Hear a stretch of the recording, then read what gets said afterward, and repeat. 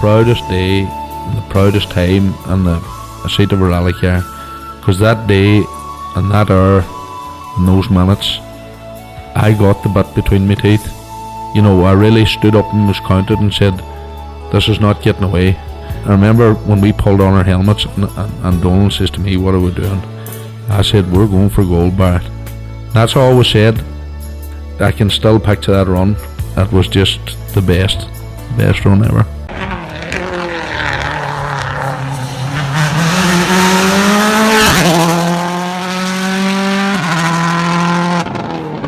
Welcome along to Krunching Gears, the Rally Podcast, Season 3, Episode 28. Once again, we're going to talk rallying, and this week we're going to look back at the circuit of Munster. We'll speak to Chris O'Callaghan and Rob Duggan, the two Mark II guys who put on a great show at the weekend, and Craig Rahill, who come away with the Rally 4-1. And then Connor, you get a chance to catch up with Jimmy McMillan, fresh from his first WRC one with Hyundai. And then we preview is the Garda Motor Club rally on this weekend, and we catch up with Pat Lordon there from that event as well too.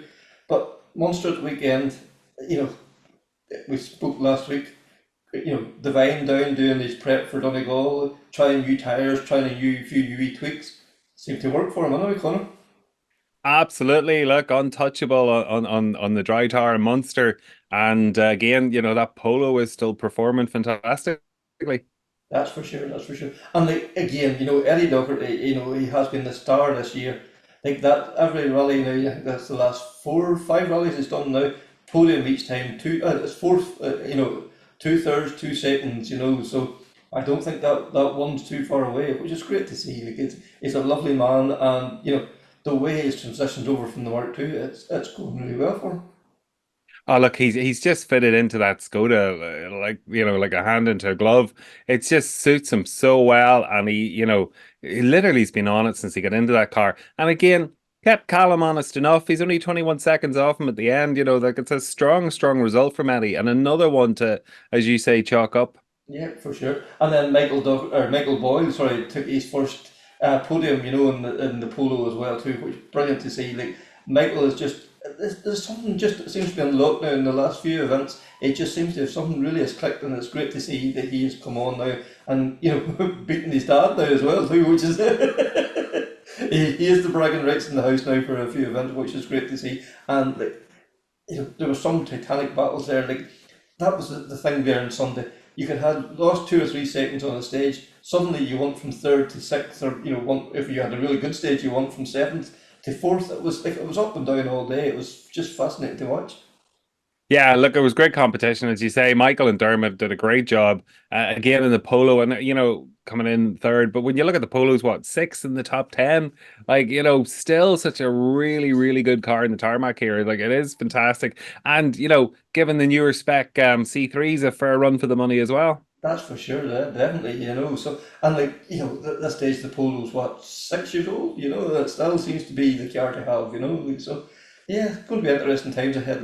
Will the Yaris, be the one to topple it off the perch, or yes, Eddie is one of the older spec Skodas. Maybe someday will get one of the newer spec Skodas, and will that be able to do the business? Interesting, just times ahead there. We'll have to keep an eye on that over the next few months.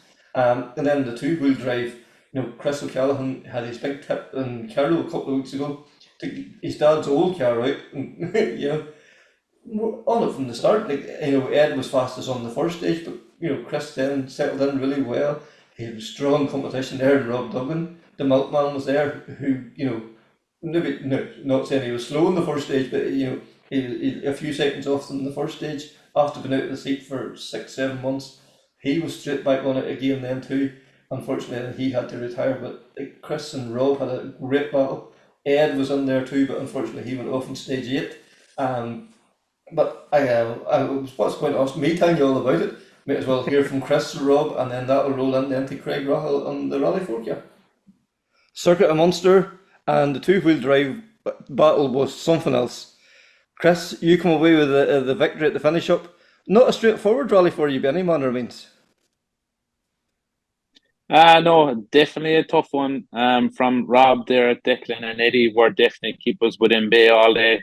Like it was tight. Like no one was ever 10 seconds ahead at any stage of the day. Like the racing it was absolutely unbelievable. Like, and we came off in nearly every stage, every fella got out and they were just smiling at each other. Like, and just when you see the quality of the driving and the pace was just mental, and just it was just great racing from the start of the day to the end of the day. Yeah, because like you're coming back after having an accident there a couple of weeks ago. Does that affect you, for the first stage or two, or once the lights turn green, does that all forgot about? Kind of for the first kilometer, maybe or two, you're kind of iffy, and like I took off the line. I went to the first junction, there's bales, and it really tightened up myself, and the power steering was heavy in that car, and I nearly hit the bales. And then I went in about another kilometer, and I hit a water barrier, and I drove it out over the roof of the car. And I was like, oh my God, where am I going to be? And we got in the stage, we were all close enough, and I said, right, do I go at it? Now, to be fair, the locality of the rally probably definitely helped that, like, with a bit of local knowledge, definitely helped, like, settle back in that little bit easier. Mm-hmm. And like I'm sure everybody knows at this stage, like what you just went through to get the car ready. Like it was working night and day for 2 weeks almost now to get the car ready at this stage. I know. I went up the Monday after Carlo, and I got the car out to Cahill's, and like it was more or less just a bare shell. It was painted, and Cahill, Adam, and Liam and Charlie broke their hearts to get us out, and it was like 2 o'clock on Saturday morning or Sunday morning of the rally when we getting home, and it was just it was all.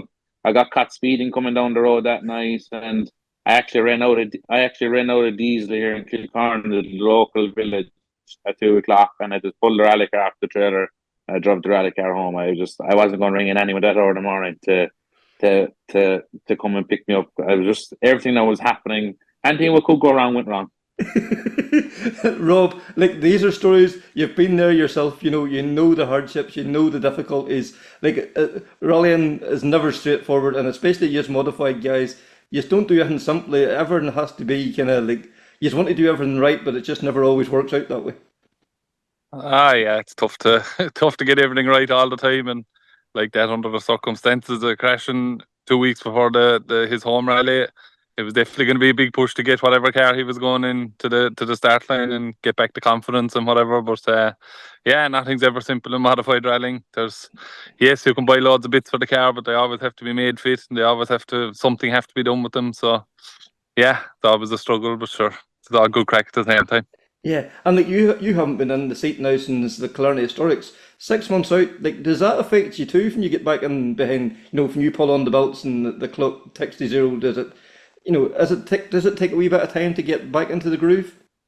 Definitely, yeah. And I write my own notes, so the first loop of stages was really just kind of making sure there was nothing stupid that I wrote down the notes or whatever. I know you do recce and whatever, but when you're coming at things full belt, it's a different story. So it just took a bit of time to settle in, and Kieran Donoghue sat in with me there. George was busy for the weekend, so Kieran jumped in with me. He did double O with me, Jesus, over 10 years ago now, so we hadn't sat together in a long time, and just get used to him getting used to me, my driving style and stuff. So yeah, there was a bit of settling in, but like that, we came off the first time, we weren't a million miles away, and I said we'll work on it from there. And yeah, it was just great to get out again and get going. It was a hard one to miss Killarney, so yeah, I had to get out and do something, and Munster seems a good choice. There's always good weather, and it's hard to beat it. So yeah, it was a good weekend.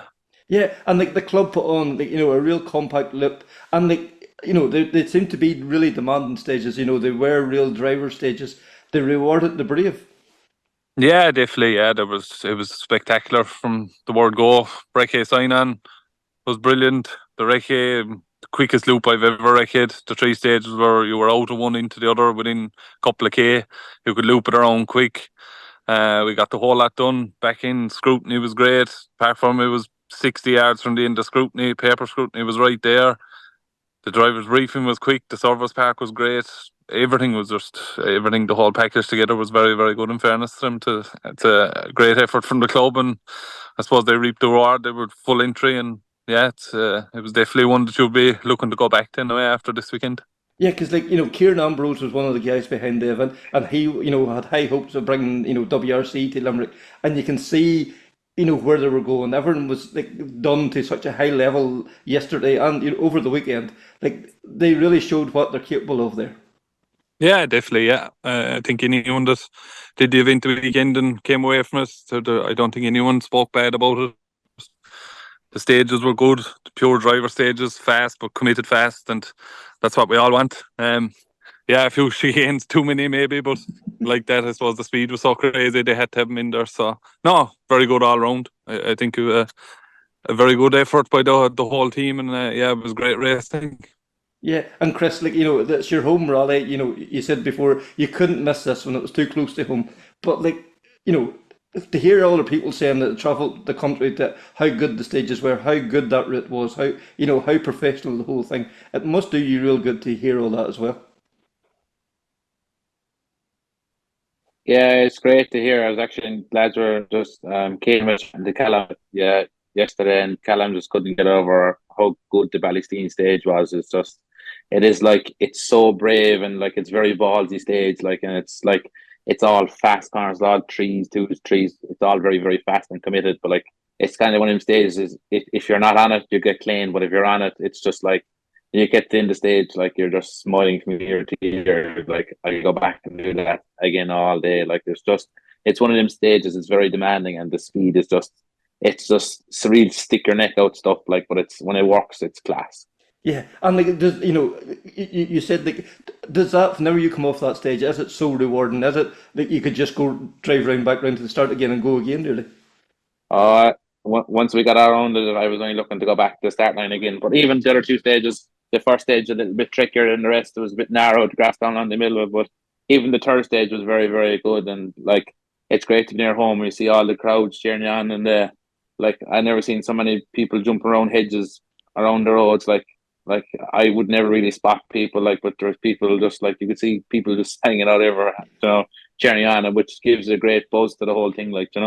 Yeah, and like I to wouldn't have, blame them for jumping off the hedge either when you were coming.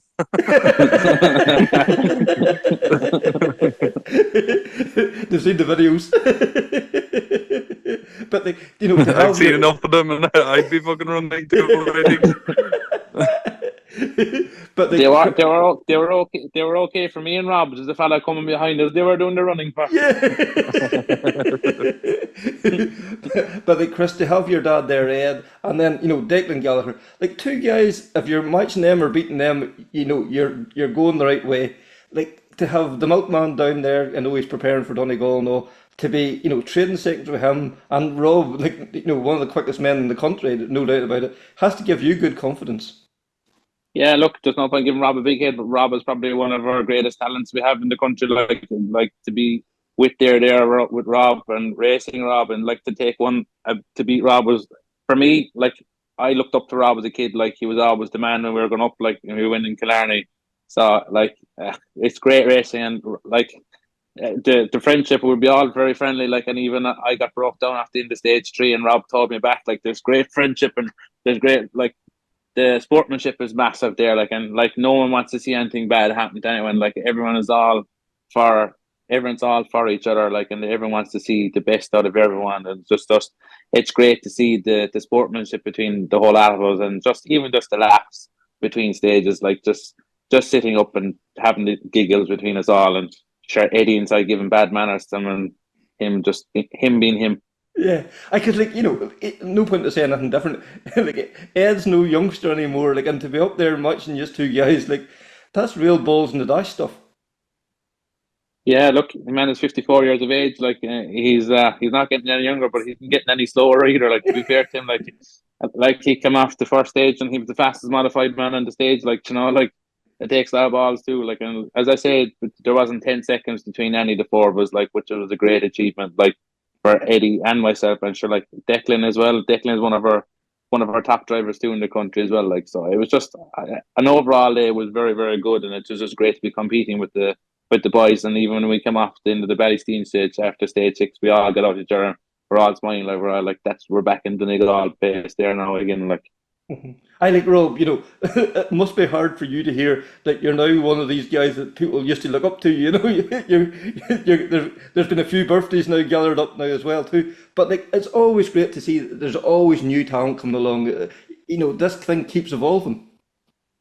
Yeah, for sure. Yeah, geez, when people say that, I think it's a bit I don't I don't think of it like that at all. People looking up to me, that's a mad looking thing. But Christopher was looking back at me the weekend, and I thought it wasn't much good to me. But I know. Look, it was great weekend, and the talent coming up to be no good unless there was a battle. I don't think any one of us would have went up there and liked to have been 30 seconds up the road there and trying to mind yourself.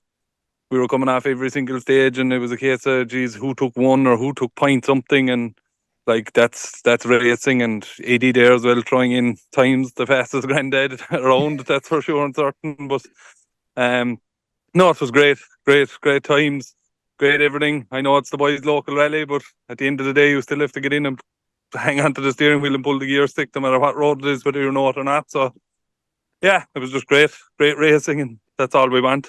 Yeah, because like you can see, you know, from your interview there with Kelly and Randy at the end of the stages, like you know, you're coming off that stage, you give it everything, and if somebody has took, you know, a second off you, or you've beat somebody by a second, like they've done everything they can, like because the cars are, you know, pretty evenly matched. There's no there's no major steps one way or the other in the cars. No, definitely not. No, it's it's tit for tat. There's, like Christopher said, there's no fella up the road 10 seconds. There's no fella taking chunks of that. I think practically every stage from 3 to 9, I think everyone came off it and said if someone goes in there and takes 5 out of that, like they're doing something special. And I suppose for the first time in a long time, I'm comfortable in the car. A lot of work done with suspension there with Cathal Hogan and Donald Healy and stuff over the break I had for 6 months, and it was nice to come out and get comfortable in that and tweak a few things and like that, to be on the pace of the likes of Christopher there in his home rally. It's really good, and the pace is definitely hot. So looking forward to the next day out and battling again. Yeah, and like, is it continually evolving? You're never quite just. You just still feel you haven't just quite hit the sweet spot with the car yet. There's still just a wee fraction there yet. Yeah, just little things. It's all small things. Having trouble with brakes and bits of suspension kind of since I built it. But to be fair, we've made a lot of good leaps and bounds forward now over the 6 months I've been off, and things are just positive. It's not that it's going to get a lot quicker, because I don't think Mark II Escorts can go much quicker than what we're doing, but it's just the making it that bit safer, I suppose, and trying to keep it that bit straighter and make it less dangerous, I suppose, is probably the word for it. But I don't think we'll make it much quicker. But yeah, and you'll be, it's just pure comfortable. I was happy out the weekend. Yes, it was quick and whatever, but yeah, getting happy with the car. A couple of more tweaks and small things changes throughout the day. It really helps. So yeah, we're moving in the right direction some way now, anyway. Yeah, and that's probably like where something like the national rallies really work for you, because it's it's a loop of 3 stages, so you can go and try something if it works and see the difference in it over the day. Yeah, for sure. Yeah, look, that's why I kind of went. As you say, 3 services throughout the day. Look, it's handy. Recce, I left my house 6 o'clock Saturday morning. I was back home for 6 o'clock Saturday evening with Recce done, car scrutineered, all the paperwork done, and back down the road again. And yeah, it was just a class event. It was very handy, and I suppose less money than the likes of Donegal for now. But yeah, the 1 days are great for me at the moment. I'd love to be facing for the hills, but not this year, unfortunately. But yeah, hopefully we'll get back up there next year or something. But yeah, a couple of 1 day rallies now, hopefully during the summer, maybe Stone Throwers or Galway summer or something. If there's good entries and good boys going there, we'll give them a go and see what the crack is up there. Yeah, for sure. And Chris, then we'll start wrapping it up then with yourself. Like that format suits you. You've done a few national rounds now as well too. It's something you enjoy now, dipping in and out, and going comparing your pace with because like they are attracting the cream of modified rallying.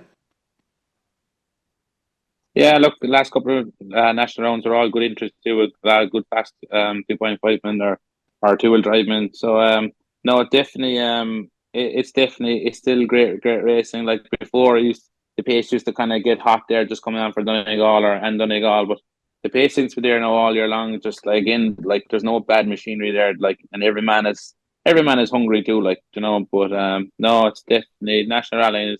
It's definitely a good way for everything, really. It's just I enjoy the national rally because it's handy to recce, handy to do everything, and you can it's very relaxed.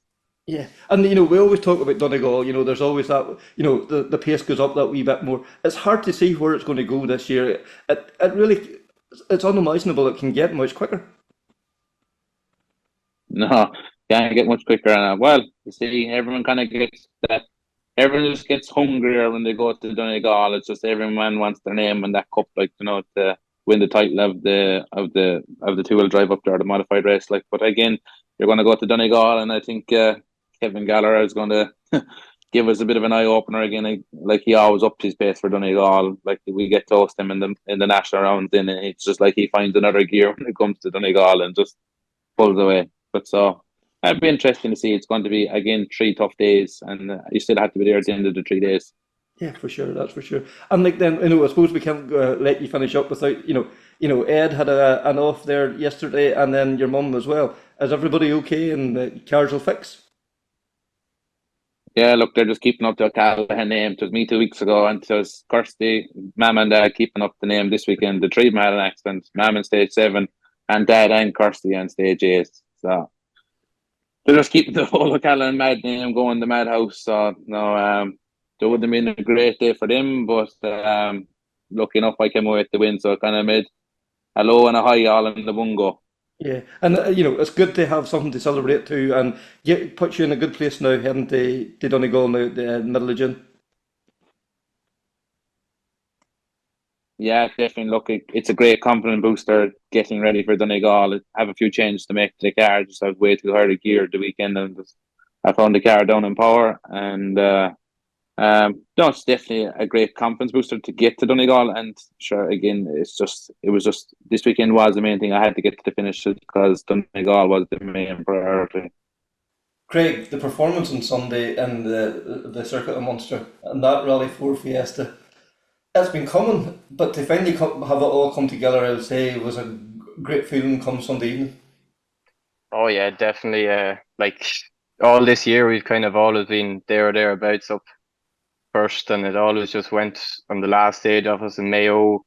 We got a puncture on the last stage, and then in Monaghan, slid off the road on the last stage, and then in Carlow, the last stage was cancelled when we were only 3 seconds down. So to finally come to, we knew we had to try and get the win, and we just were able to finish it out, and it was a great battle all day with Keelan. Like it was nothing between us. We just were lucky enough that we were awake early and we built our advantage. We were up to 8 seconds lead after 4 stages, and Keelan then started putting on a push, and he got it back to 4 seconds going into the last stage. So we were standing chatting before the start of the stage, and we were saying, that we're part of the academy. Would there be any such thing as team orders here to let me win to get the championship points? But Keelan wasn't fond of that idea, so he said he was going for it. So we had to go for it as well, and it was just ended up 2.5 seconds in the end. So it was some relief, like to finally get the win. It was class. Yeah, and was it nerves or jittery before heading into that last stage? Because as you say, the last stage dramas you've had this year, there must be a certain mindset as like, I can't do this again. I need to get through this. Oh, definitely. I was sweating going into that last stage. It was just big, long 17-kilometer stage as well. I knew I just had to focus, and I knew I could do it. So just was able to tune in and get the result. Yeah, and it must be the greatest feeling to finally cross the line and to know you have it. And do you kind of know instantly yourself that was a real good stage? Like if he beats you, if he takes 5 out of you, not well done kind of thing. Yeah, well, like me and Connor, we came off the stage and we kind of just said, well, if he takes 4 seconds off us there, fair play to him, because I couldn't have left anything more out there. And then when we finally stopped, then we still didn't know. And we went up to Keelan then to see what time he got, and they were figuring it out, and they couldn't figure it out for a wee while, and it was just sitting waiting and hoping that he thought he was after doing a 41, so that meant he would have won.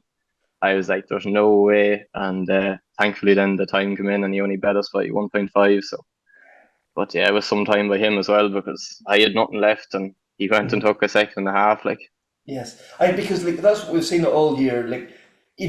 Different doesn't matter whether you're Michelin or Pirelli and a 208 or a Fiesta. Everyone's just so evenly matched that it comes down to just on that particular stage on that particular day. It's just everyone has to align. Yeah, like it's mad. The pace is just mental. Like you come off a stage and you're like, there's no way you can get any more time out of that, and then you go and look at the times, and there they are after taking a few seconds out of you. Like it's mental, the pace. Like it all comes down to gear changes. Like they're on stage 7, he only bet us by 0.1 of a second. Like after 6 kilometers, so like it's just mental, the pace, and it's just so close between us all. It's great racing. Like And like this time last year, you hadn't even sat in a Fiesta, like so. It's amazing coming from the rear wheel drive into front wheel drive. Did you find that like a change there? Was it difficult to adjust?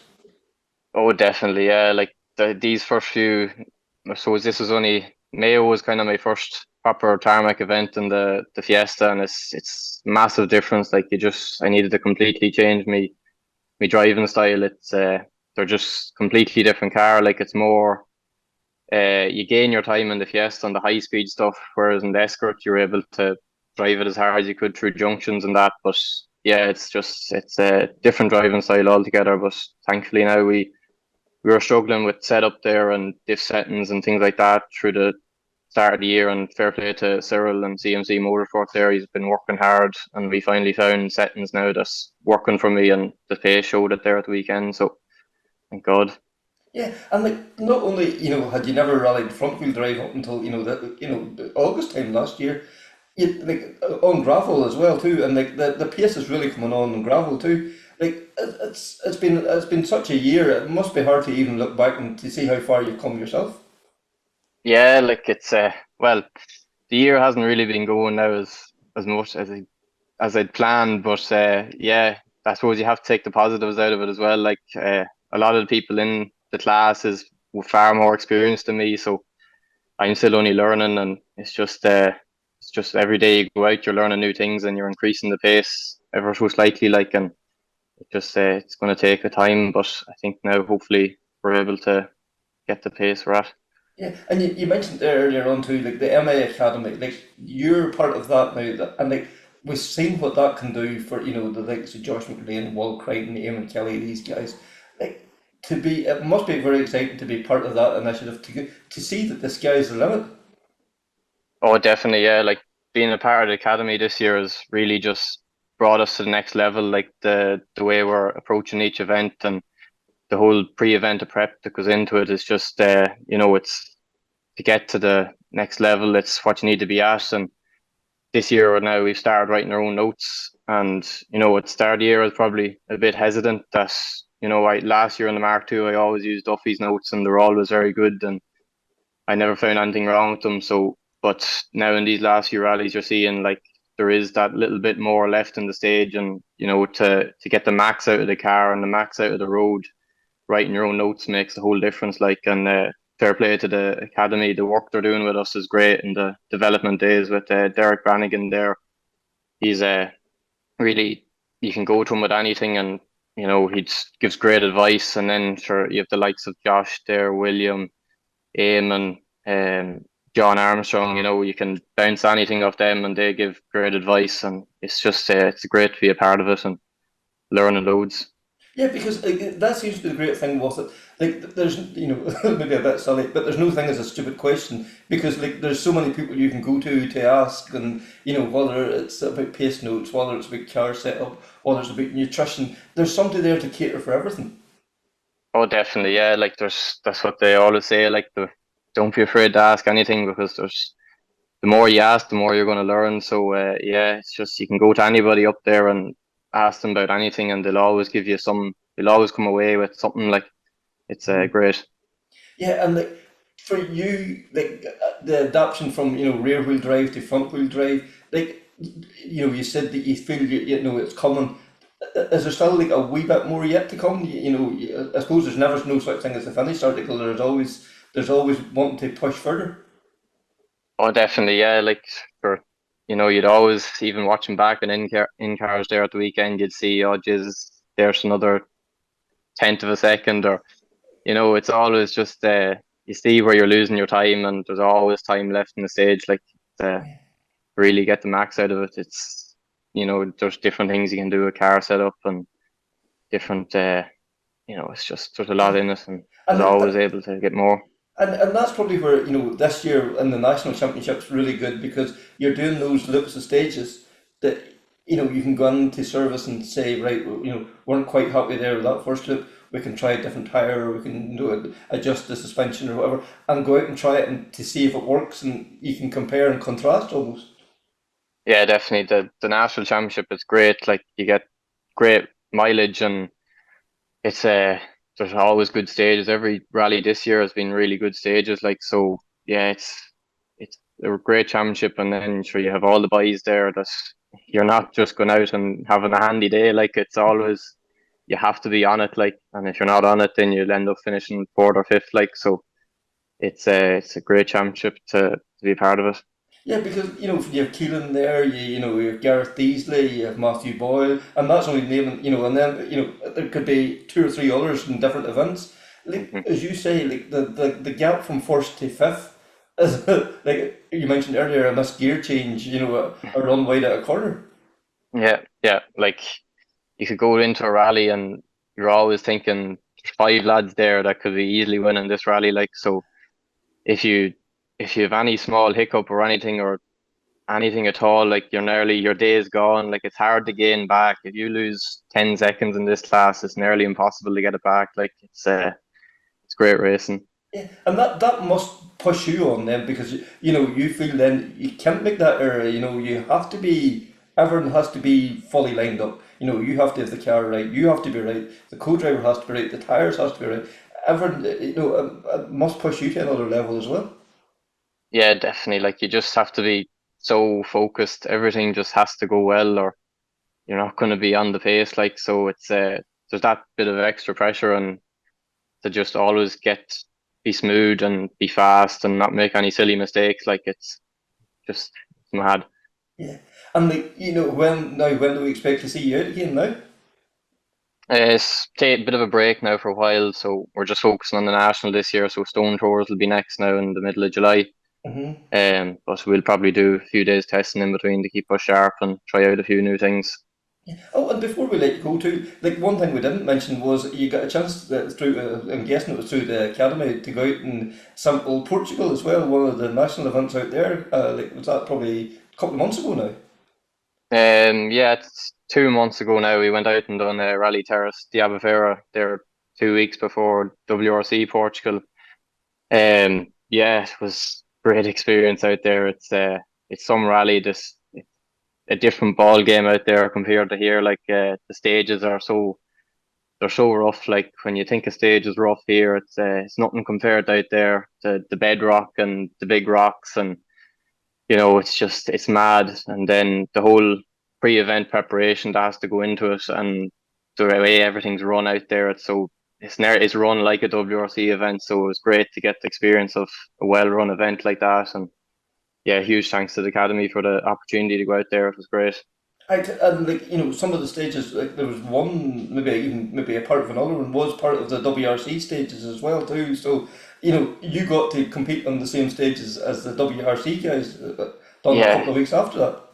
Yeah, I think it was stage 4 and 6 was the Amarante stage, and that's actually the stage we got our puncture on. But so I don't have that fond memories of it. But yeah, no, it was different experience altogether when I was watching the live on WRC Portugal the 2 weeks after it, and kind of looking at the stages and like, oh, I drove that part there. It's like it's mad to think, like. Yes. Yeah. And this we know how vital sponsors is as well too, and you're lucky you have some great sponsors there on board as well. Oh yeah, definitely. Without the sponsors on board this year, we wouldn't be able to do as much rallying as we're doing. Like, this Fiesta's a lot harder run than the Mar2, and to be fair, a lot of our sponsors have really stepped up this year, and they're all very generous this year. So it's great, and then the support from the academy as well is great. So thanks there to Chris and Rob, and then Craig as well too. That Rally 4 battles was something else there on Sunday as well. Like, Craig built up ahead of steam, and then Keelan come at him hard, and then Joe Kelly taking the podium as well. Like, there's Matthew Boyle, and there's a whole range of other guys there too. And it was a fascinating battle. Like, and the amount of them starting Donegal and all too, that's going to be another epic battle there too. But before we get to Donegal, there's a couple of other events. Connor, the WRC was on there at the weekend, and did that live up? That had plenty of drama for us as well too. Oh, plenty of drama. What do you call it? Took place in Sardinia. So changed to the format. They had a shortened event, which yeah, they cut about 50K off the route compared to the previous year. Had shakedown on the Friday morning, then straight into the stages in the afternoon. Um, the idea of the route change was good. Shortened the event for the teams by a day, but you were looking at Saturday was like a 16-hour day for the crews. By the time the alarm clock went off, they were out on the road all day and not back till late at night. And it was tough going. And I think what did 15 minutes for lunch in the middle of that on the Saturday, like there's a welfare issue there at stake. And again, for the mechanics, going to bed at 11, 12 o'clock at night and getting back up again for half three, 4 o'clock. So, there's tweaking being done to, rallies and how they look. But bar that, oh my goodness, drama to the very last second. And in fact, not even a full second. I don't know, Kevin, if you had a chance to catch the dramatic power stage. Yeah, it was unbelievable, wasn't it? Art seemed to have settled for second, was quite content. He's finishing second, pick up his haul of points, move on to the next round. And suddenly, it's not even that Ogier looked slow, he just seemed to be pushing on, but it just seemed to be the final sector, really, he lost the time. Yeah, just say he picked. I think he was either a slow puncture or a DB to the tire. But the tire wasn't even off the rim or anything, but it was enough. Like there was what Oit had closed the gap to 6.5 seconds getting into the bar stage, and really was a 7K stage. It looked unlikely he would get him on time alone. And as you say, like he was settled for second in the podium. He did all his stage in interviews, and then next thing OJ came in, and it was 0.2 of a second, what 200ths of a second. It was just incredible, a blink of an eye. Crazy, it really is. And like you could just see it, like the cameras was trained on the Toyota team for their celebrations, and it was one from joy just to despair, just in the blink of an eye. Yeah, absolutely. And Yari Mati was gutted. But in fairness to Yari, he was very quick to say, look, it's karma. You had 2019 on the same stage. Oit was driving for Toyota, was about to pick up the win, power steering issue, and got pipped to the post. And Danny Sordo took the win for Hyundai. So look, it was a swap round for the two teams this year. So, and I have to say, mark of a champion and a gentleman. OJ could not have been more sporting about the whole thing. Didn't throw his toys out of the pram. Was very quick to congratulate his friend Tanak and very complimentary as well. That it was a deserved win. So really hats off to how OJ took it. Yeah, because I seen a clip somewhere before they went into the last stage. The two men standing with one phone, doing, going through the stage. Like, how, what other sport are you going to get that, the two titans going into the final throw, and there they are standing watching, looking at the end card going through it.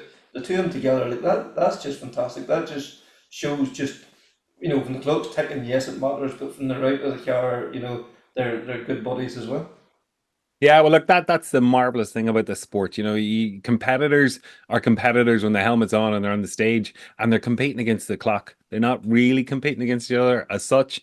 And you see that then when they're in the service park or in the start ramps or as you say, in the getting ready for the stage start. That there's no issue between them. There's no hassle. There's no rivalry. It's fantastic to see. Yeah, and then their own guys then, like Aaron Johnson and Takamoto were having a great run, but then mechanical issues put them out. That was looking good. They could, it looked as possible podium for them, but it just went awry with some kind of mechanical issue on the Saturday. And then Josh McGrane, like he got a puncture, had to stop mid stage and change it, lost time, but the times were really, really good. Like, it showed that Portugal wasn't a flash in the pan, and then Will and Liam too had issues as well. Set some good, strong times as well, very encouraging for them as well.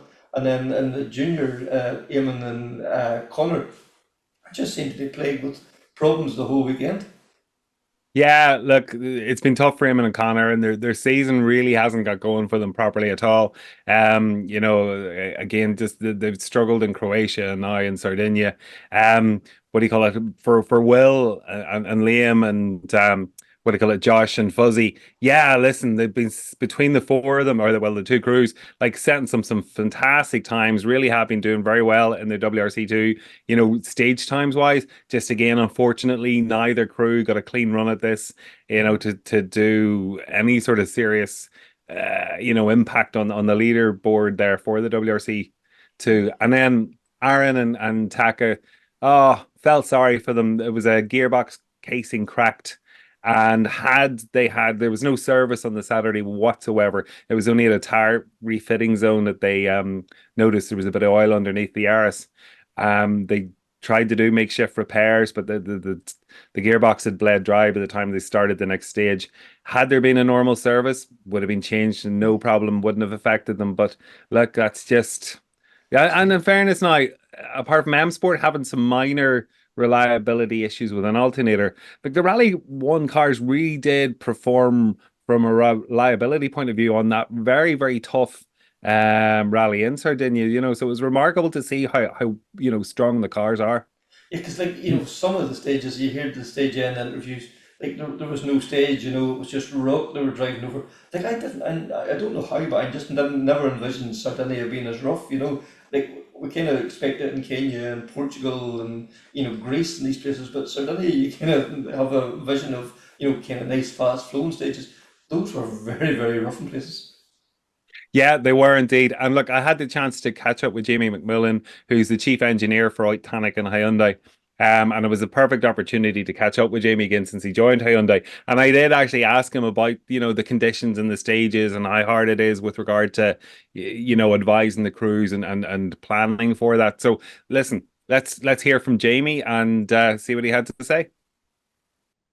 Jamie, I suppose first off, congratulations are in order. A last minute, last gasp surprise victory. Yeah, thanks very much. I guess it was as much of a surprise to us as anybody else watching. So we were, happy enough with the pace over the weekend. We had quite a few stage wins and plenty of P2s on the stages as well. So we were always thereabouts. But the way it came about was a real shock to everybody. It was nice to take some time out of Seb in the morning, but really, as I mentioned to the public as well and to some of the journalists, it wasn't so much about pushing for the victory. That would have been nice, yeah, fine. But really, we were on a push to try and maximize our points for the Sunday points, which is now a thing in the regulations this year, which meant that all the drivers were really pushing on the Sunday. And in actual fact, that allowed us to close the gap a little bit. And Seb, maybe he wasn't pushing quite so hard in the first couple of stages, and we were able to just get a bit of a sniff of him losing a bit of time. And then you could see quite quickly once he seen the gap was closing, he pushed a bit on the penultimate stage and was matching or very similar to its time. So, at that point we knew we weren't going to do it on pure pace. So we were, again, I was purely focusing on how close we could get to Thierry, because if I remember well, before the penultimate stage, there was only 0.2 seconds between Oit and Thierry for the Sunday classification. So really, that was a push in the power stage, and we knew that Thierry's road position there was not so much of a disadvantage, because being first in the road in that stage, where it's very rough and rocky, actually can help you in some aspects. So it was a matter of prioritizing that, and then even as the splits came in, we realised it was losing a bit to Thierry, which was for the team not a big. Not so much of an issue, but personally from Oit's side, I was hoping he was going to maybe take some more points in the power stage, and then I'd sort of I wouldn't say lost hope, but I wasn't so focused on Seb coming through. And the first few splits, he was I think he took a bit in the first split, but then managed it after that. And then the final split, I know the stage quite well, and the last couple of kilometers was actually quite fast. I'm flowing once you do the final hairpin onto the beach. So I knew he wasn't going to take sort of 3 seconds back on this 1-2 kilometer split. But in the end, Seb had an issue, and it turned out to be just enough for us to pip him to the victory. And like Oit nearly won in Portugal, albeit for a puncture. He would more than likely have had the victory there. And he's been getting himself back into form with Hyundai and in the car. This must be a great confidence boost for him now. That hurdle has been, crossed, or it's under the belt now. Yeah, absolutely. As you say, the first few events of the year were quite tricky. I think it's, to some aspects, it's natural coming back to a new team and getting a feel for the car again after you've been a year with different surroundings. Unfortunately, those few mistakes put a little bit more pressure on. We're already a little bit behind in the championship, so it means that any more mistakes you make are even more pivotal. So you can't also get completely comfortable to get onto to push to the limit when you're already a little bit on the back foot. So yeah, a little bit of time in the car, and for sure we need to keep making him more comfortable. He's still not fully happy to be able to push to the limit. We know what Oid's capable of, and it's just a matter of him being able to be, let's say, more comfortable on the limit. Yeah, he can push to the limit, and we can see he can get times, but he's maybe having too many moments, too many surprises when he's really in the heat of battle. So yeah, we need to try and work with him as well to keep making him more comfortable for the next for the second half of the season, and try and see if we can put a championship push together. And Jamie, that feeling of comfort in the cars, like since the Rally 1 cars have come in, looking across all the teams, the drivers, there are moments or rallies or stages where there is a lack of confidence. I don't know what it is about the design of the way they're driven, but across the board we see that the drivers in some cases are struggling. You might have somebody has a really good event, and then on the next one they're jumping in the car on the Friday and immediately complaining that they don't have the confidence there. What is it about the Rally 1 regulations that's maybe causing that? Yeah, I think it's a fair point. I think, as you say, a lot of people have had complaints throughout the season, and throughout the last couple of seasons, and very few have got completely on top of it. And to be honest, even the drivers who maybe aren't publicly so critical, behind the scenes, a lot of them still aren't completely comfortable with the handling of these cars. And maybe some aspect of it as well is what they're being compared with. The 2017 cars, that generation were unbelievable pieces of technology as well. So. Certainly from an engineering side, the center diff allowed you to do a lot and be very specific with where you wanted some handling changes to happen, which I think allowed the crews to be more comfortable and become more sort of able to push a little bit harder and also understand what the car was going to do. I think this time they're probably fighting a little bit more.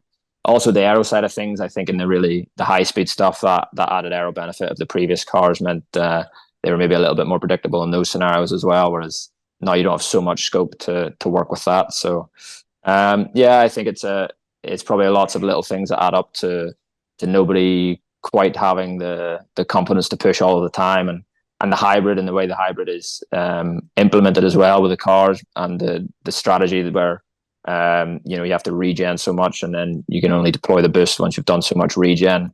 Inherently, that also adds some level of inconsistency to it, because you don't always have the regen, you don't always have boost available. So depending on how your strategy works as well, that can certainly have an effect on how the drivers are how they're feeling on the stage and also what they're expecting. So yeah, there's lots of changes, and I agree it's maybe not great for any drivers, but that's up to us guys, I guess, and the engineers to try and make it at least as consistent as possible to allow them to sort of push the limits.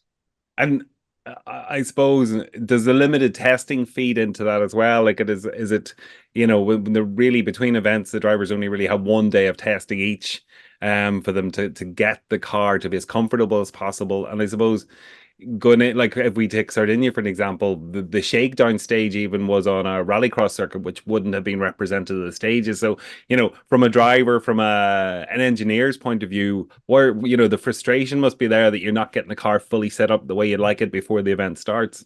Yeah, absolutely, that's it. And you have to, at the start of the season, sit down and pick out the events that you're going to prioritize to use some of your testing days for. And between Portugal and Sardinia, we didn't have a testing day. We're saving them for other parts of the season. So that was another aspect where, okay, yeah, we know the car can be was pretty good in Portugal, but still the Sardinian stages can offer you something different. So it's nicer to have a test day in Sardinia as well to sort of dial in the setup. But unfortunately, yeah, we didn't have that this year, but still we were able to sort of make the tweaks that were necessary for those types of stages and still be competitive. But I think the other aspect is if you sort of had a consistent design over 3 or 4 years, you can start to build on previous setups. But the Hyundai was out of the blocks. Hadn't undergone so much testing like the Puma had. So each year it's changing quite a lot, and there's still a lot of development coming through. So it's not so easy, let's say, to just jump to a setup from a previous year and say, yeah, we know this is going to be fast, because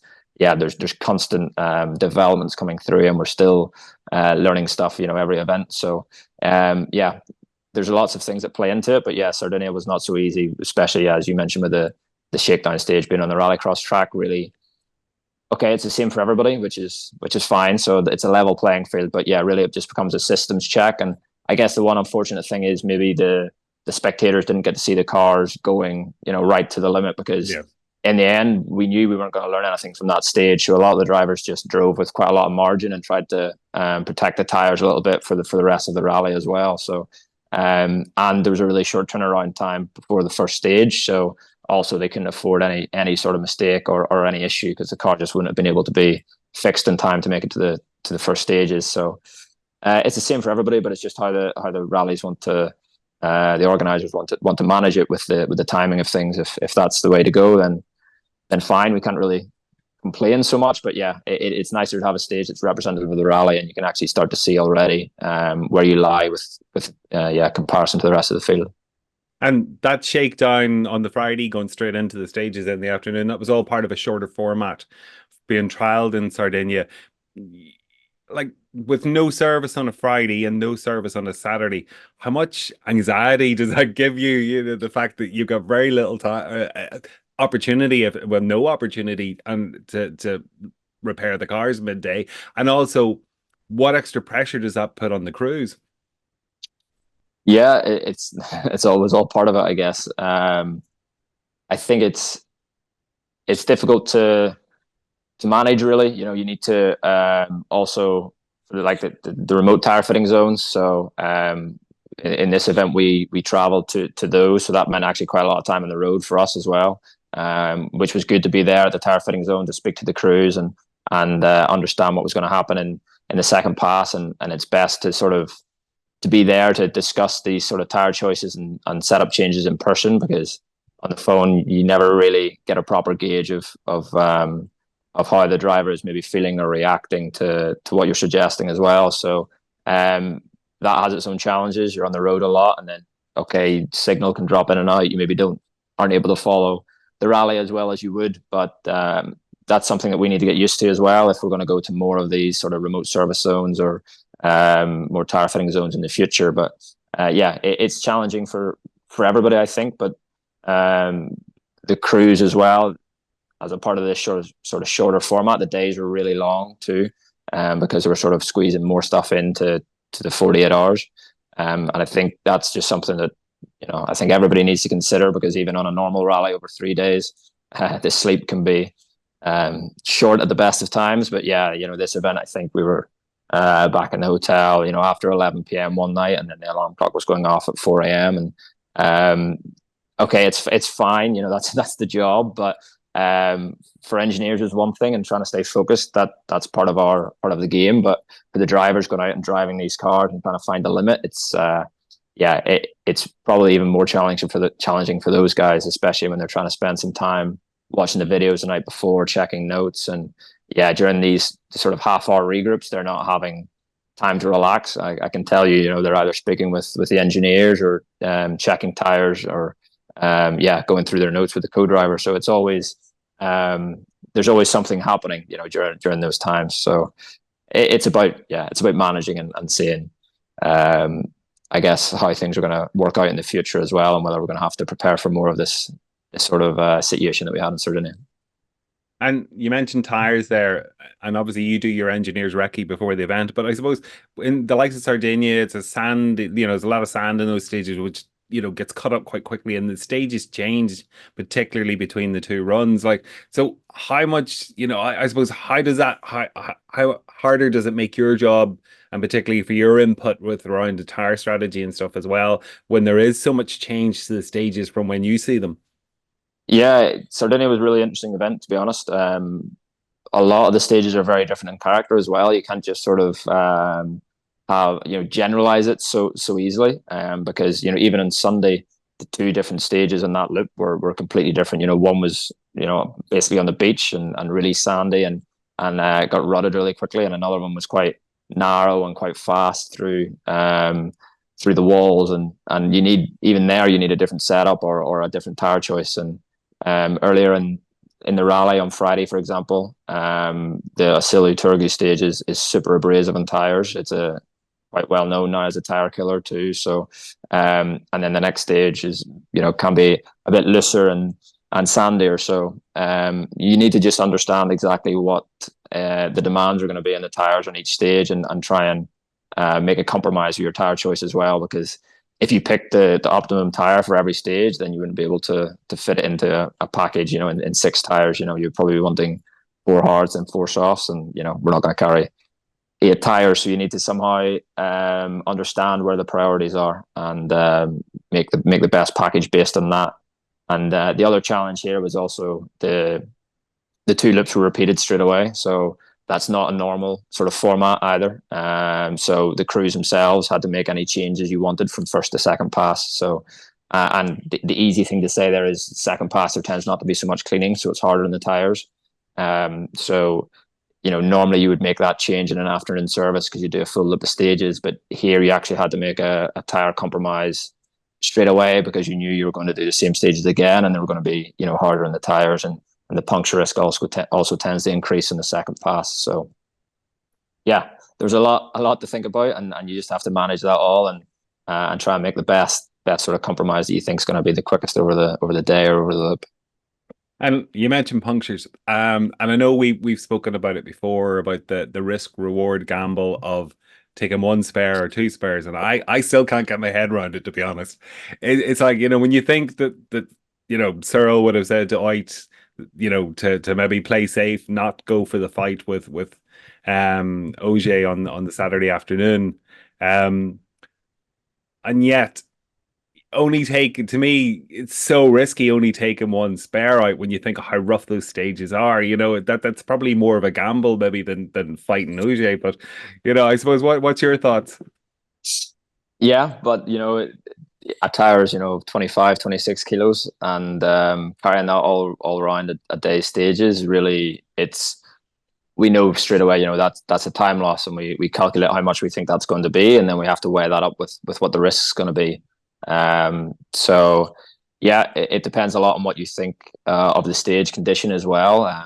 Some stages can get really rutted, but actually if it's really soft like the power stage was, there's not so big a risk, at least of a conventional puncture. Let's say it's easier to debeat a tire in those sorts of stages where you're leaning in the ruts, and you might find something unexpected in the deep stuff. But actually having a puncture wasn't so high a risk in the Sunday stages. So and yeah, Sunday you still have to push really hard now. You can't take your foot off the gas whatsoever, because all those points are going to add up very quickly, and I think we've seen that over the year up to this point, and certainly Thierry proved that again this weekend. Having a small mistake on Saturday cost him those points, but he was able to actually come away from the event with 12 points, which on the face of it isn't so bad for somebody who's retired from the stage. So you have to take every opportunity, and you can't just you can't throw away performance just because you're in a good position overall.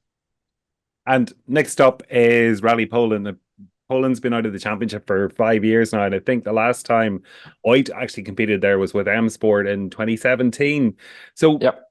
Where do you and Oit sit down then to kind of work from getting the car ready and getting the setup? And we talked about you have such limited opportunity to do that. Where's your baseline, or where do you start to do that? Particularly Hyundai have never had a Rally 1 in Poland before. Yeah, I think you can generalize some of these events, let's say, to get a base set up for different conditions. So we know this is going to be a relatively fast gravel event. So yeah, we can sort of look back and understand what setup direction we go to for these types of events. And then at least you can start with a good baseline. But for sure, the test is going to be super important for Poland, and we need to maximize our time there and try and get as comfortable as possible in the car. And yeah, the faster events traditionally have suited him better, but that doesn't always translate straight away into a different car or a different event. So yeah, he's been quick in Poland before, and generally on fast gravel, but still we certainly can't take that for granted. And we know the Toyota is also strong in the fast gravel events, and Elfin as well. So yeah, we just very quickly forget about Sardinia and start focusing on the next one. But even from the start of the season, whenever Hoyt joined, you already start to discuss the different setup requirements for different types of events. If you have an issue, even in Sweden or not Mexico this year, but Sweden or Kenya, for the test for those events, you may be able to say straight away, okay, this setup doesn't suit these conditions, but maybe it's good for fast gravel. So then we'll make a note, and we can review some of those points before we go testing for this type of event. And also in Poland this year, we're going to see Martin Sesk driving a non-hybrid Rally 1 Puma. Is that something that will be of interest to, will the other teams, yourself and Toyota be curious and be watching what's going on, or is that not really on your radar? Well, look, it's permitted by the regulations, so I'm sure other teams will be keeping an eye, but it's not something that maybe we have focused on so much up to now. I think it's probably something that's more customer friendly, which, at least from my perspective at Hyundai, I'm not focused on that. I'm more focused on Hoyt and the WRC team. So I'm sure they'll be taking notice and seeing how it goes, and seeing if the demand for those sorts of cars increases, because then I'm sure for all the teams it becomes an interesting prospect. And as an engineer, and speaking of the other teams, like, are you curious? Are you interested when you see the other teams having technical issues and problems with their car? Like, is that something you keep an eye on to see, okay, where's their weaknesses? What issues are they having? Yeah, absolutely. I think it would be naive not to look across other teams and try and learn from either what they're doing or understand some of the issues those guys are having as well, because you can never stand on a pedestal and think you're not going to have any issues, or it's just by chance the other teams are having them, because that's not how it works. I'm sure some issues that the other teams have had will come around to bite us in the future as well. So okay, I've taken some experience from M Sport as well, so I know what sort of those guys have been through in the last few years with some of the reliability concerns as well. So yeah, you need to just always have it in your head, and also try and understand the fixes that they've made, or some running repairs, because a lot of that can be quite interesting as well. Even the likes of Katsuda in the tire fitting zone in Sardinia, understanding maybe what they're carrying in the car to replace or to repair or to fix something on the fly can be really interesting too. So yeah, no, it's always something that I think everybody keeps an eye on, even though you'll never find out all the information unless somebody from another team joins. But generally speaking, they're kept well under wraps. But any sort of information like that we can find out, it's definitely interesting. And we're waiting later this month to get confirmation on the regulations going forward for the next 2 years anyway, 25, 26. And Cyril, the teams have been quite adamant that they want the Rally 1 car to stay for the time being. And Cyril has even said to the point where Hyundai have no plans to prepare any alternative to that. So if the Rally 1s remain, from your own perspective, what further development would you see to the cars over the next 2 years? I think, to be honest, the big thing is sort of maintaining some consistency over a period of time. I think constant change is super expensive as well, because you suddenly have to develop even if it's small change, everybody's going to try their best to optimize it as much as possible. So that takes time and costs money. So I think the regulations, as they were announced, stuff for 2027, sounds interesting. Sounds like a good prospect, or has some legs to turn into quite a good set of regulations. But I think the strange thing was trying to suddenly overhaul everything in such a short space of time. I just don't think it was necessarily the smartest idea, because you spend a lot of money, and then really these cars are only going to last for 2 years, 2026 and 2027. And in terms of a return on investment for the manufacturers, it doesn't make maybe so much sense to spend have all that outlay, and they're only going to compete for 2 years, and never mind the testing time and that will go into it beforehand. So I think that's probably a little bit of the direction from the teams and the thoughts from that, from that angle. And I think also probably you get the budget. I don't know, but I imagine you get the budget signed off for the set length of the regulations, and then to suddenly cut it short after 2 or 3 years, then your price per year that you had at the start of the homologation cycle is suddenly out the window. So there's a lot of things that that they need to consider, and it's not as straightforward as just saying, yeah, do this and then we're going to get more manufacturers. And you also have to be careful that you keep the manufacturers you currently have. And I think thankfully that's not something I really have to have so much of an input in. I let the big guys in the teams have those discussions and come to those or try and come up with some solutions. But it'll be interesting to see how it goes. I can't say for sure what will end up coming out, but obviously, Hyundai's line is one that I follow as well, and for me, makes sense. I don't have to try hard to how would I say, not voice my own opinion, because the company line is the same as what I think. It just doesn't make sense to change something for such a short period of time. And thanks again to Jamie there. It was great to get his insight and his take on what happened. And the Tanak's win now has opened up the whole fight for the championship, Kevin. You've still Neuville's leading. He's on 122 points. But behind him now, joint second is Tanak and Elvin Evans on 104. So, per Elvin, hasn't been the season he was hoping to have this year. Yeah, and OJ is only not that far behind too, and he's only in a part season too, so it just makes you think what he could do, couldn't it? And then this weekend coming up now, we have the Garda Motor Club, the mini stages, and what a lineup they have attracted. They have David Bogey, Kevin Eves. There's a list of names. Like a mini stage format. It's only like 2-wheel drive or kind of Group N kind of cars. There's no R5 Rally 2 cars in it, but it's going to be something else. I would say that's going to be spectacular now, and at the weekend to keep in track with that one there too. So I'll definitely be staying tuned to that. I think Andy's down covering that there for On the Pace notes. So I think anyway, without further ado, I caught up with Pat Lordon and he gave us the sort of the details of the event. Pat, we're only days away now from the Garda Motor Club rally now on Sunday, and it looks that once again you have pulled together a fantastic event. Yes, it's only a couple of more sleeps, as they say in the rallying world. It'll be a great event. I hate to say it, but as always, it's a great event. Ever since we started these events way back in the late 90s. Regrettably for me, it's the first time ever I won't be at the rally. I'm at a wedding.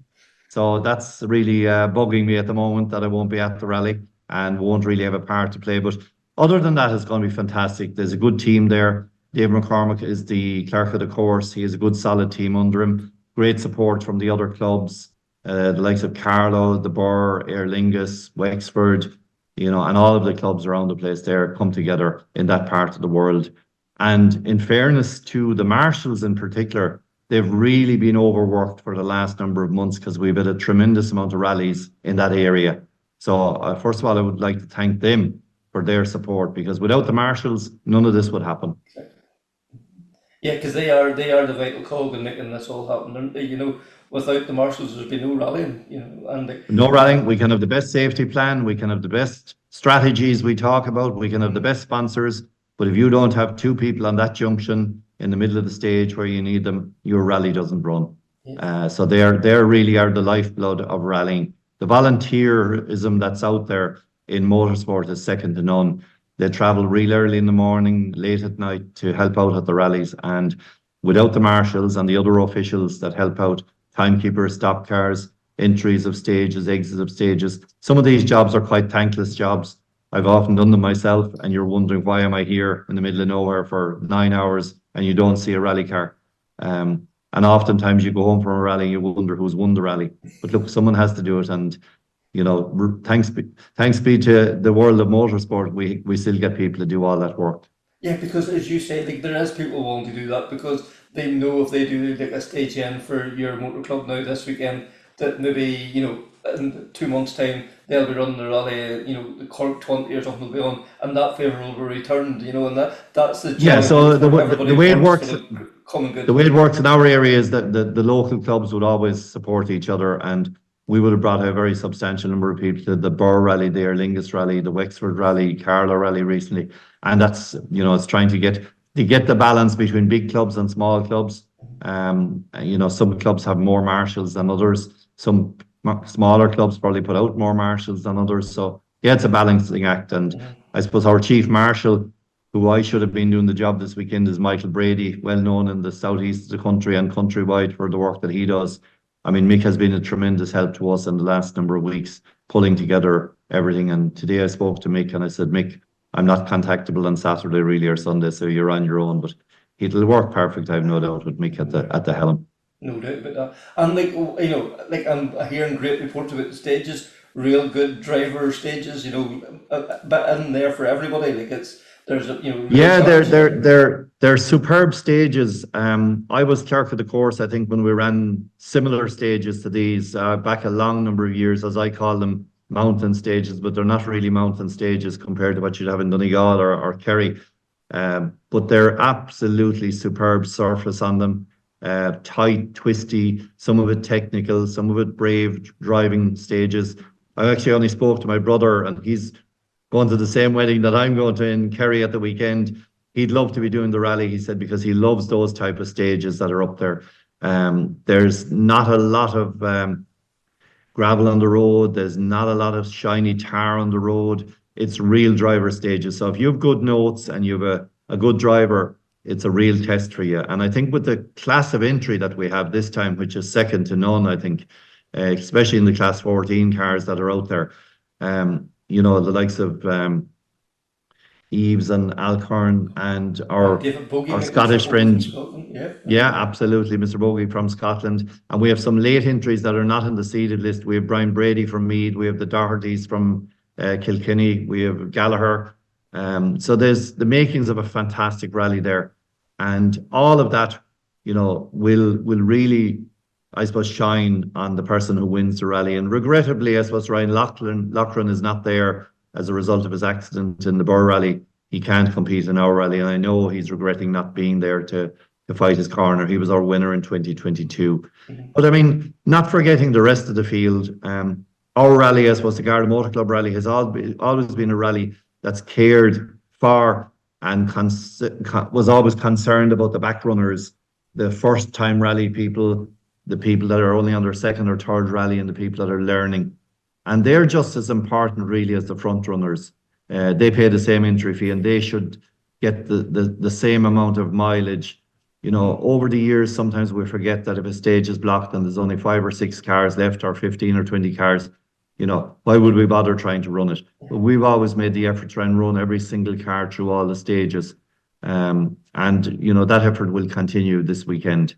The rally itself is a very, very tight structure of a rally, in that you have the first stage is about 16k.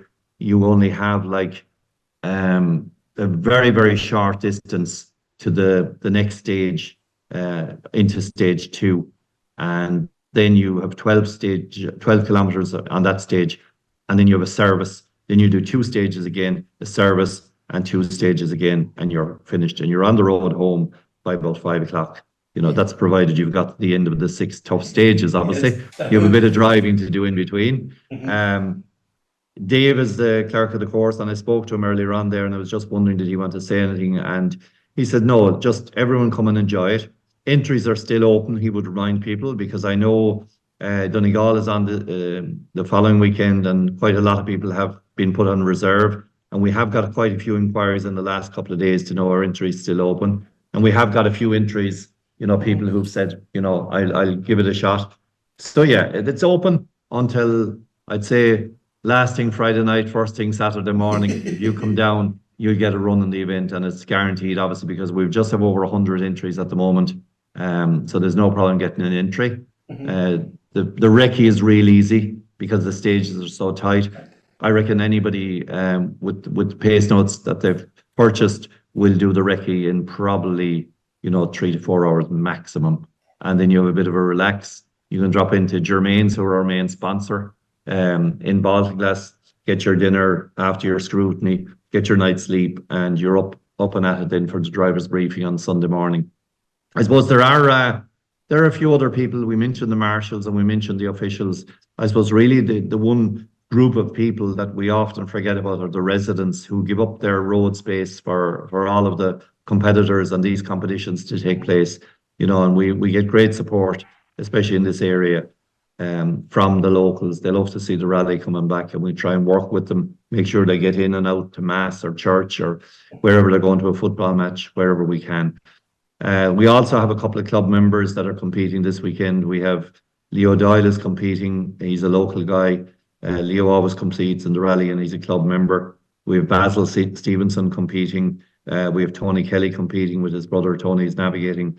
And then, of course, we have the local man, Lloyd Hutchinson, and his little Mini, who will be always out to entertain on the Wicklow roads. And the stages will suit Lloyd because they're very, very tight and twisty and narrow, which might not be a big advantage in the bigger cars.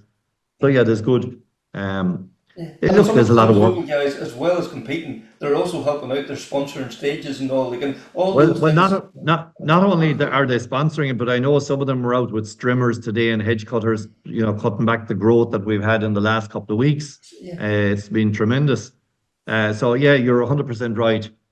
Leo Doyle is sponsoring some of our stages, and Leo's company is Solar Farm Solutions. He's way ahead of the curve with his solar farm solutions, working on solar farms and everything like that. So if you're building any solar farms in Donegal, Leo's the man to contact to maintain them and look after them. Separate to that, then we've got Tony Kelly. Tony has Pro Tray, which is a unique tool that he's promoting and has trademarked there in the last year or so. But he also trades as Tony Kelly Electrical Services, and Tony does a lot of work for us. But I know Tony was out today doing a lot of work, gave up the afternoon in his busy work to get the stages set up. And we also have the likes of Texaco in Crookstown, which is our service area, and they give us great support. We have a long list of sponsors and supporters.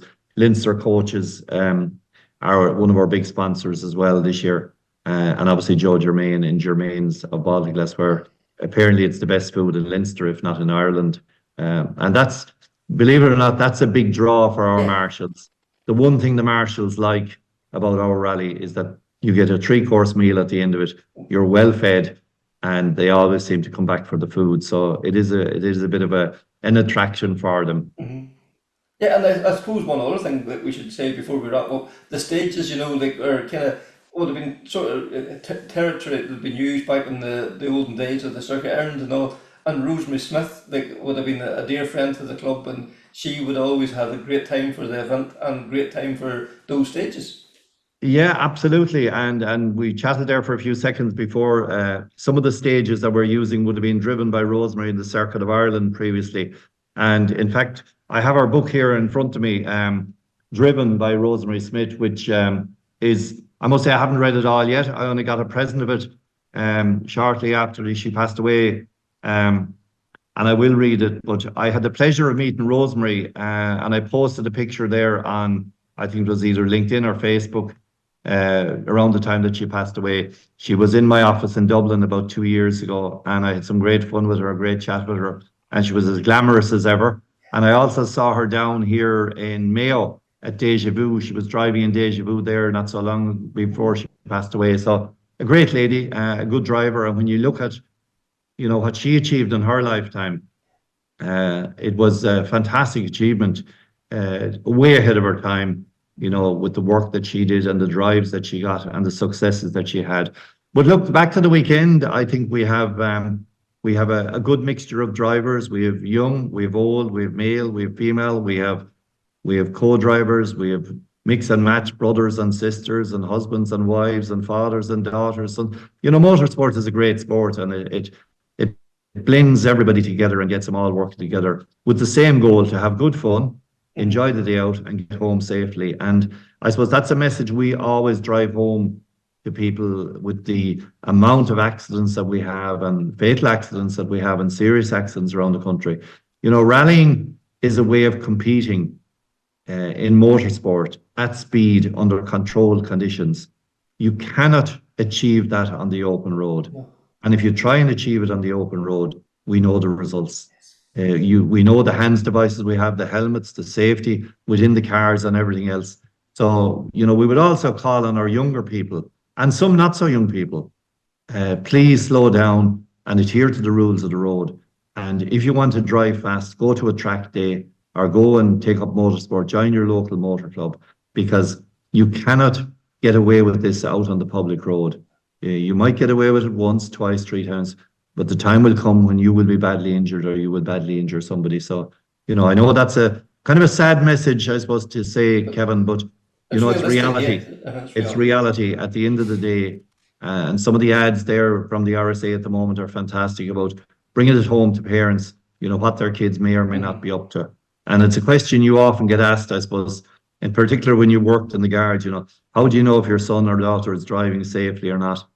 When you look at the car and you see the little scratch or the scrape or whatever, that didn't happen at 30 kilometers an hour. But going back to the rally, look, hopefully it'll be a great success. I really, really regret not being there. So all I would say is anybody going down there, get down early, obey the marshals, obey the rules of the road, get in and watch the stages, stand in a safe place and enjoy the rally. And for the competitors in particular, you will enjoy it. It's a very, very competitor friendly event. And I know Dave and the crew will really look after you down there, as will the hotel for your food and whatever else you have afterwards. If you want dessert, they'll give you dessert. If not, you can go home early. And I think the other thing we do is we do the prize giving quite quickly after the final results are published, and gets everybody on the road, whether it's Donegal or West Cork. And we have a lot of entries from Donegal and Cork and for every other county as well. It's not just a local event. So I would say it'll be a good event, and don't worry if you haven't an entry in yet. Dave will still take a few up until 10:30 or 11 o'clock on Friday night or early Saturday morning. So thanks to everyone that come on the show again this week. I really appreciate you all taking the time. Gratefully appreciate it. And so that is season 3, episode 28. Can you please like, share, rate, subscribe? All those things make a difference. And if you could drop us a wee comment, that would be even better again. So until the next time, take care, speak soon, and bye.